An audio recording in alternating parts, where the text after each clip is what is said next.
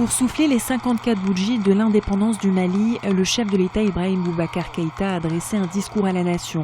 La célébration coïncide également à quelques jours d'intervalle avec le premier anniversaire du mandat du président Keïta. Pour les observateurs de la vie publique malienne, même si la situation politique s'est améliorée, la célébration de l'indépendance ne peut être unanime tant qu'une partie du pays reste hors de contrôle.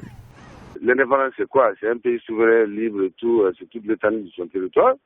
Malheureusement, aujourd'hui, qu'on le veuille ou non, il y a quand même quelques postes de résistance. Il y a des parties du territoire que nous ne contrôlons pas entièrement. Donc moi, je crois qu'il fallait plutôt faire une fête, genre méditer sur la situation du pays, s'asseoir, discuter, réfléchir à comment recouvrer l'intégralité de notre territoire.